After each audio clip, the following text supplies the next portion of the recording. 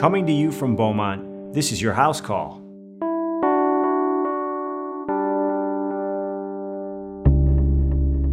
I lost my mom when I was 10 years old, and then my grandmother, she passed away when I was 21. And it was such an eye-opening moment on how different it was to grieve when you were a kid versus when you were a young adult. For me, and for others who were like me and had experienced loss, it started off creating a space we can actually talk on and publish stories on. I started it with $13 and a URL, and since then it's turned into an online community, and we've been able to publish hundreds of different personal essays across different lived experiences with grief. It helped define the trajectory of not only my career, but of my life. You just heard from Vivian, who lost her mother at the age of 10 and her grandmother at the age of 21. She started an online community called Too Damn Young to help support young teens who've experienced loss. In addition to that, Vivian also is the community manager at Option B. Option B is a nonprofit organization that has turned into a huge support network for people who are going through loss and anyone who's gone through any kind of life-altering event. And that's what we're talking about today: grief and vulnerability.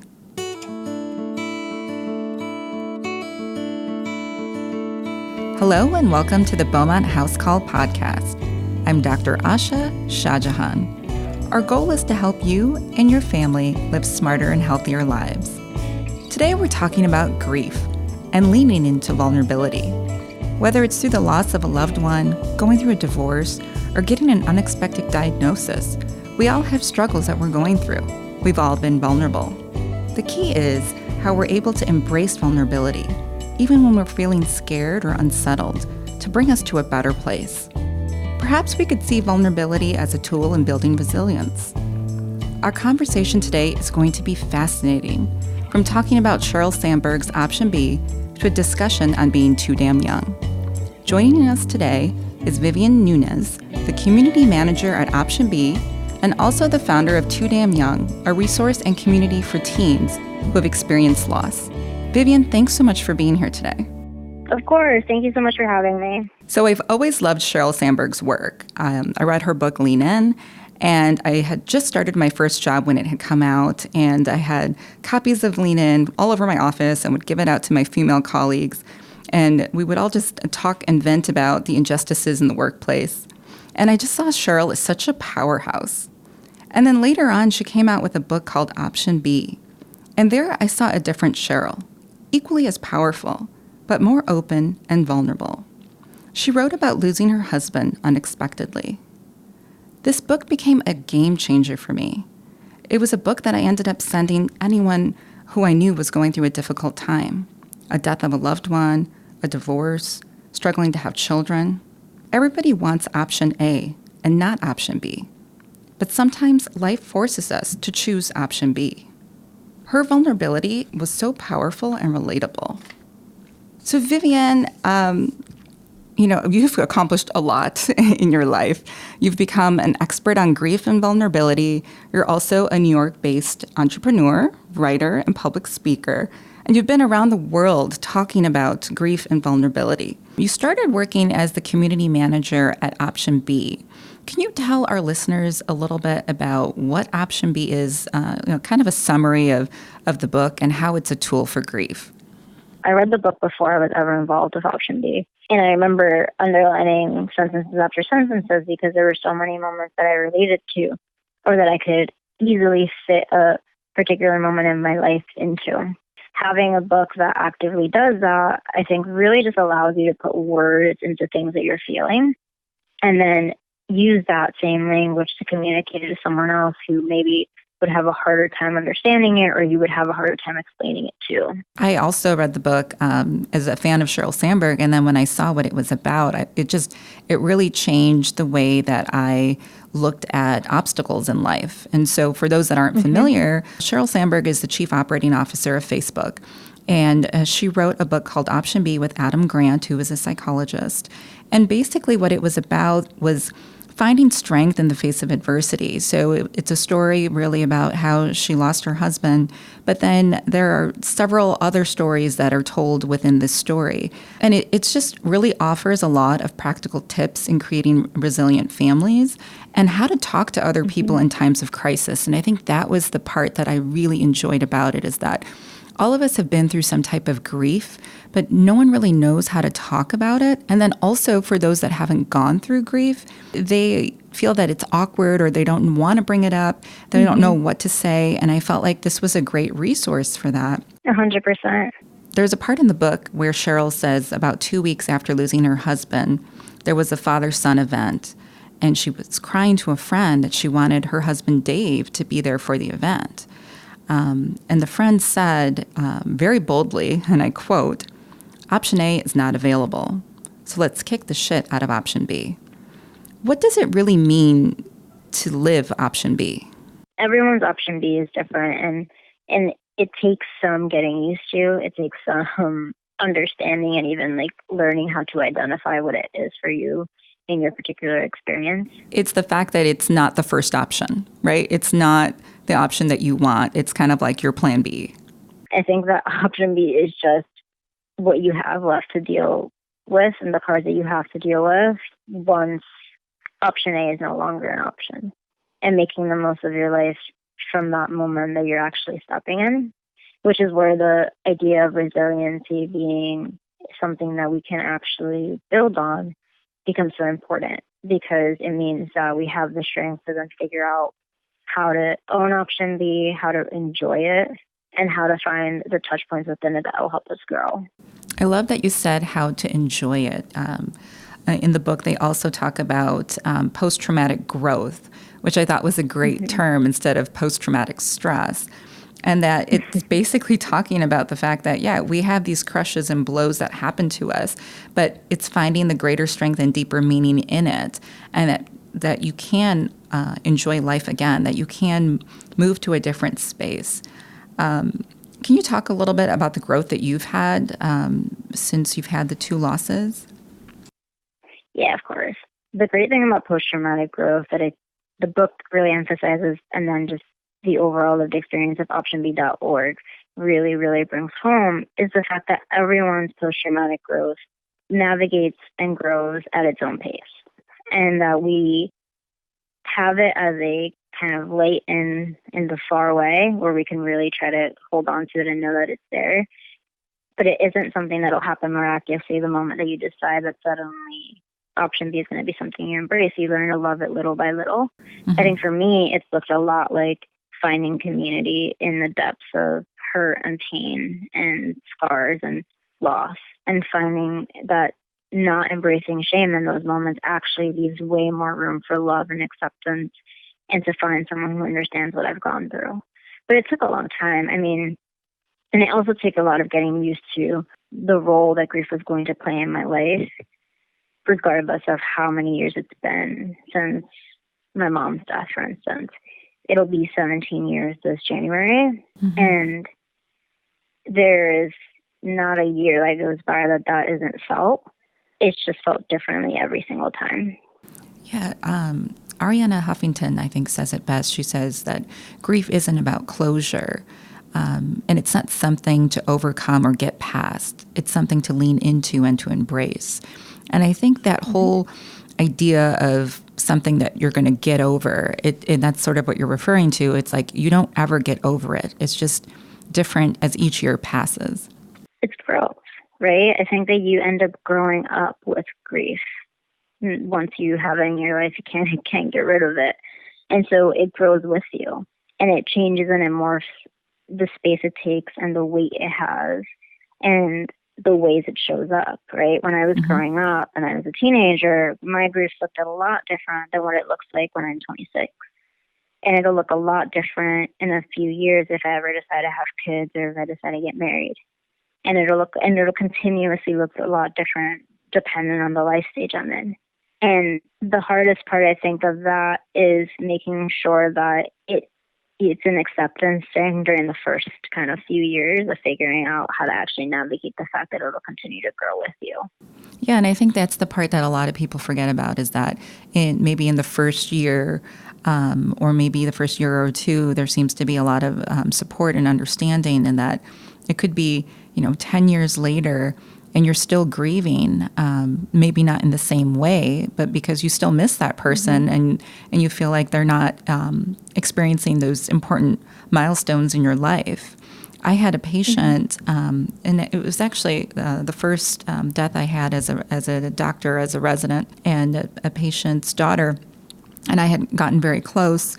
And so she passed away. It's probably been about 6 years now that she passed away. But every Christmas, I get a message from her daughter just wishing me, a happy holiday. And it's like it comes every time around that year, around Christmas. And she didn't pass away around Christmas time, but I just know the holidays is a particularly difficult time for people who are grieving. So it's holiday season upon us, and what is some advice for someone who it's maybe their first holiday without their loved one? How does one get through the holidays?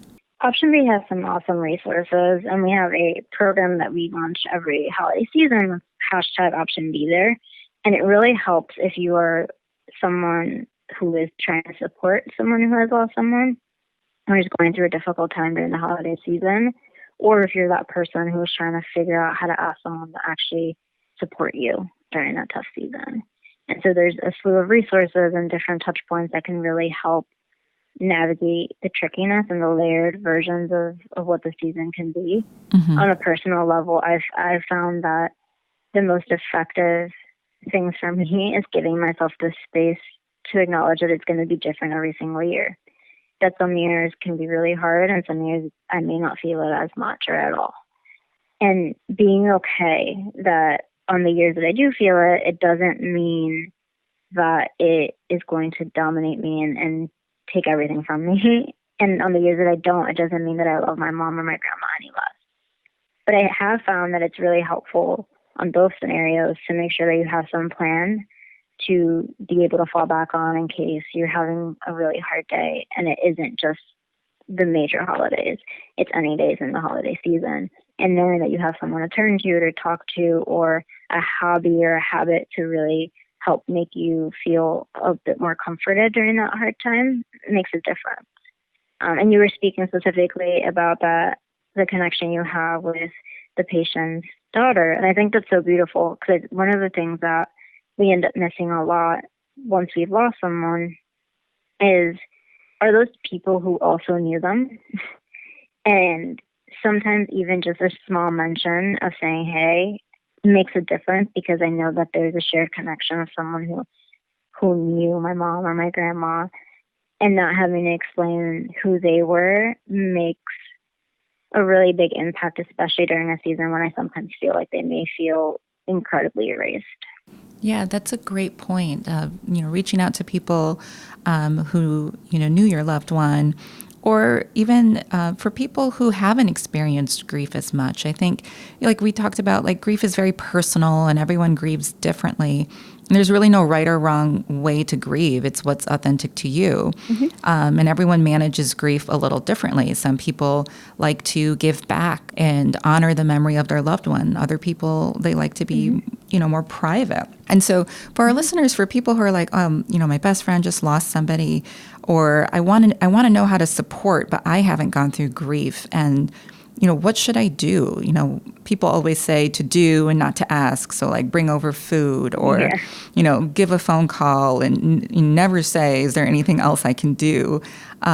Rather just do it. So what is your advice for people on how to support others? I think in the first few months, a year, the doing instead of asking is definitely a big one. Because just showing up and being there is probably key, and making sure you're bringing stuff with you during those first few months makes a difference. Because the reality is that when you've experienced something like this, the first thing to sometimes go from your to-do list of necessities is actually taking care of yourself. So having others who can help you take care of you for a little bit makes a really big difference. Right. And I think too, after that time or even during that time, it's acknowledging that you don't have to have gone through a loss or anything difficult lived experience-wise to be able to support someone who has. It comes down to your ability to really listen instead of to project onto someone else. And to be able to sit there and listen and take in and to ask pivotal questions, right? More like, hi, do you want to talk about your mom? And giving someone the space to just talk and not necessarily pushing anything else on them. That is probably the best way to help someone during this season, because more often than not, they're not getting asked. I remember, I was going through a particularly difficult time over the last year, and I had several friends call. Most of my friends live out of state, and they'd call and say, do you want me to come visit? And I would say, no, I'm fine. But I had my best friend, she just picked up and came. Like she wasn't waiting for me to say, yes, come. She just came and she just showed up. And that meant so much to me that she just showed up and was there. And there was no agenda. It's like, I'm just here to hang out and we can just sit on the couch and talk all weekend. Or if you want me to help you do things, I can help you do that. And that just meant so much to me when I was grieving, because I didn't know how to voice what I needed. And it's kind of like you go into this sort of depression and you don't really want to pull other people into it either. Like I kind of, at least that's how I felt. I felt like I didn't want to burden other people and that I was going through something on my own. What is your suggestions in terms of like verbalizing your need? If you are the person grieving, how do you verbalize your need to your friends and family? My first suggestion is always to make sure that you actually know what you want on a personal level. And journaling does that for me. So just being able to write it out and figure out what do I need right now and how do I need it, then makes it a lot easier to ask someone else to be there for you in that specific way, right? Because sometimes it's the specificity that allows for that space to be had. Because it's really hard when someone hasn't gone through a loss to say, well, I just want to be able to talk about them in this way, or I just want to be able to feel like I'm being paid attention to. Versus I want to be able to talk to them about them. One tool that I use with my patients is this thing called life mapping. In the sake for grief, I think what's cool about it is that you kind of just like draw or either write words or symbols of kind of everything that makes you happy in general. So it's like sunshine, family, friends, biking, whatever activity it is. And then what is it that's currently making you so sad? And kind of drawing and identifying those things. And then what I do is I step out of the room and ask my patient to do that. And when I come back in, we sit together and start trying to figure out how we can insert more of the things that made them happy into their daily life. Because a lot of times when you're going through something very difficult, whether it's grief through a loss or like we mentioned, even things like people having trouble with fertility or having children or, a divorce or losing something, you just kind of go into this tunnel and you forget to do all the things that you used to do that used to make you happy. I love that because putting it on paper, both if it's something that's really heavy on your mind or if it's something that you're really trying to add more into your life, makes such a difference in you being able to visualize and know specifically what you're trying to work towards. Yeah, exactly. And then just like you said, the journaling is fantastic as well. So those are some ways that people can kind of really see a plan or see a vision for the future. I want to switch gears just a little bit. You had talked to the United Nations, like how cool is that, about vulnerability as a leadership quality. But I just wanted for you to just talk to our listeners a little bit about how vulnerability is a human quality and how it's also, used in grief. By encouraging vulnerability is encouraging the expression of humanity. And when we are able to openly say, I am going through something, or I am living through something, or this is really difficult, or this is making me joyful, or anything that is just a human quality, we end up creating these connection points for someone else to be able to say, yeah, that also is how it's happening for me. And, oh, yeah, I'm actually really living that too. And then suddenly we become much stronger as a unit. But it takes being able to bring your walls down just a bit. I love that you said, you have to work at it and it takes time and it takes effort, but that it can be a strength. And we've all kind of been vulnerable. I mean, as a doctor, I know I've been vulnerable in things in my life, and yet I have to be responsible and take care of patients. You mentioned that you went through grief as a 10-year-old. If you could just talk about what grief is like for someone so young at that age, and how was that different than when you were an older adult? My mom had been in the hospital for about 2-3 months before she passed away, but it was, even that, though she was in the hospital, it was still sudden. And I don't remember grieving as a kid. I think I was given more permission to feel sad, but I wasn't given permission to actively deal with the grief I was living and name it and give it a dictionary and learn about it. I was mostly just allowed to be sad. And I think that there should always be a little bit more guidance in how we allow kids to navigate those feelings and give them a little bit more direction. But it is really difficult. And I think when I was 21, the biggest dissonance I found between grieving at 21 and at 10 was that space. Because at least at 10, I was allowed to be sad. At 21, I was expected to move on with my life the next day. And it was extra complicated because for me, my grandma was my second mom. And so the relationship there was not usually honored by people who didn't know us intimately as such. Right. So there was this expectation that I was just going to move forward without ever having to stop long enough to grieve. And I ended up, I think, using my grandmother's death as an opportunity to actively figure out how to actually grieve my own mom too. Yeah. But it's hard. And I think that when we give ourselves the time to figure out what that's supposed to mean for us, we end up learning a lot about how grief manifests in our life. For instance, like we were talking about how hard the holidays are. Thanksgiving just wrapped, and I realized that this year it didn't manifest how it usually does, which is like it actually was just in my body, and I felt really tired, and I felt like I didn't want to tackle my to-do list. It took about a day or two for me to actually realize that was grief manifesting in my body as a bigger sign of, hey, take it slow because it's Thanksgiving and you're trying to work your way through it. I think that's a great point that you brought up, is that it can manifest in your body. Like you don't have to. Grief looks different. It doesn't always mean that you're, sobbing and crying and it's visible to other people. It could be something feeling deep down inside, just like an emptiness or a fatigue or just not wanting to do all the things that you normally do. And I think that's a good introspection for people to realize it for themselves. Because like you said, you didn't really realize what was going on until you kind of sat back and said, you know what, I think this is about the grief. It's interesting that you mentioned before about as a child you were allowed to be sad, and then as an adult you were expected to just move forward.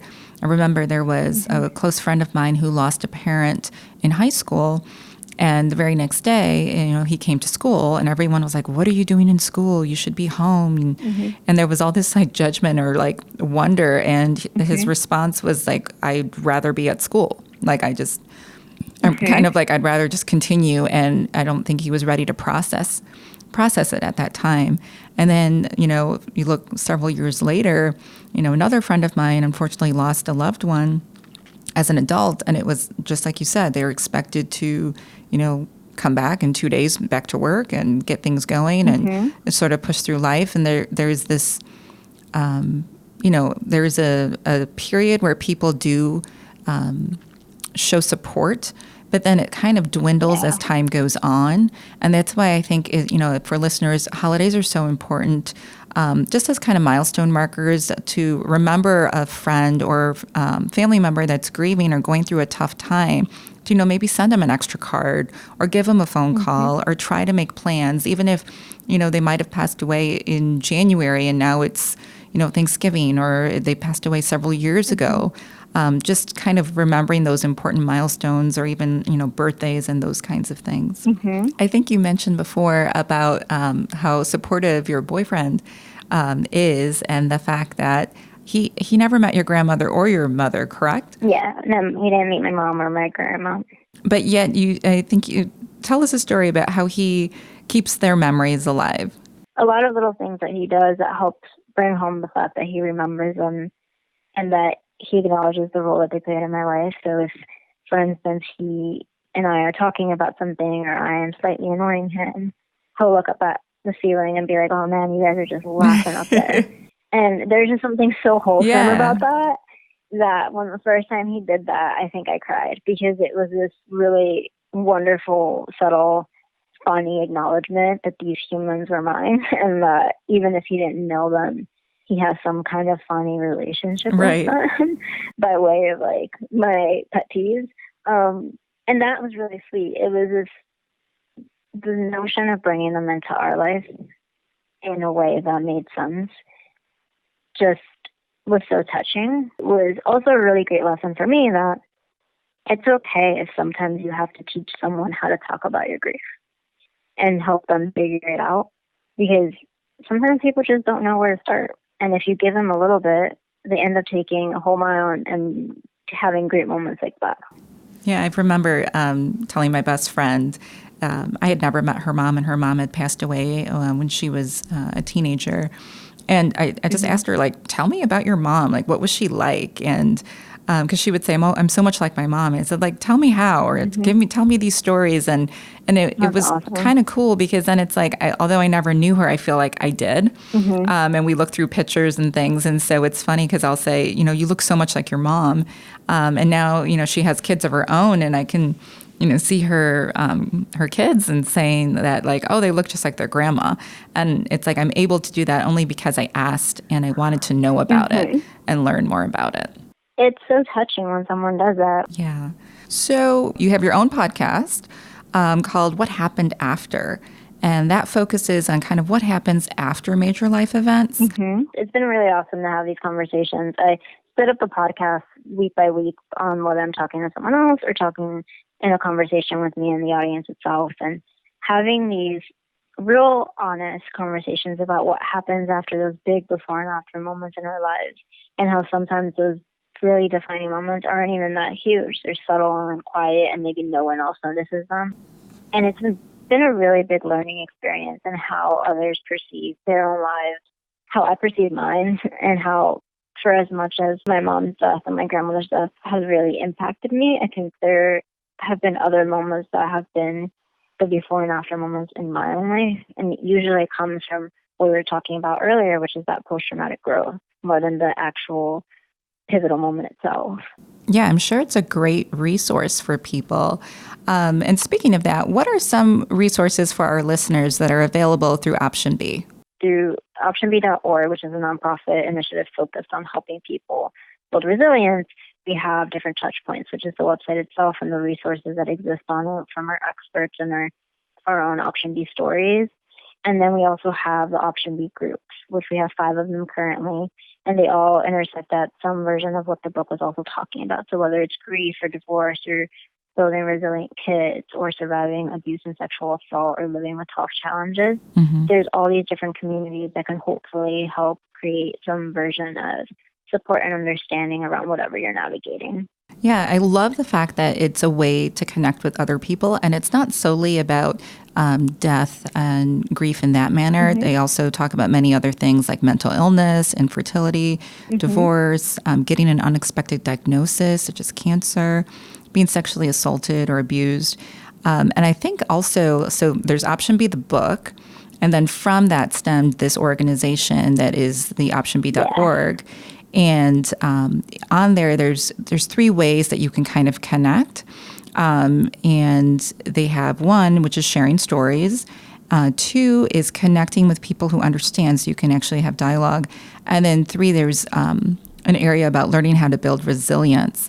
And one thing that I really like about that is that they have a section called Raising Resilient Kids, which I think is fantastic, especially for people. We also have a group on that too. Yeah. Yeah, I love that. Like that's great. That's a great resource for parents, and then also, for kids that have gone through grief and difficult times. So, one last takeaway for our listeners, what would that be? To make sure that they're being kind to themselves, as kind as they are to those they love the most.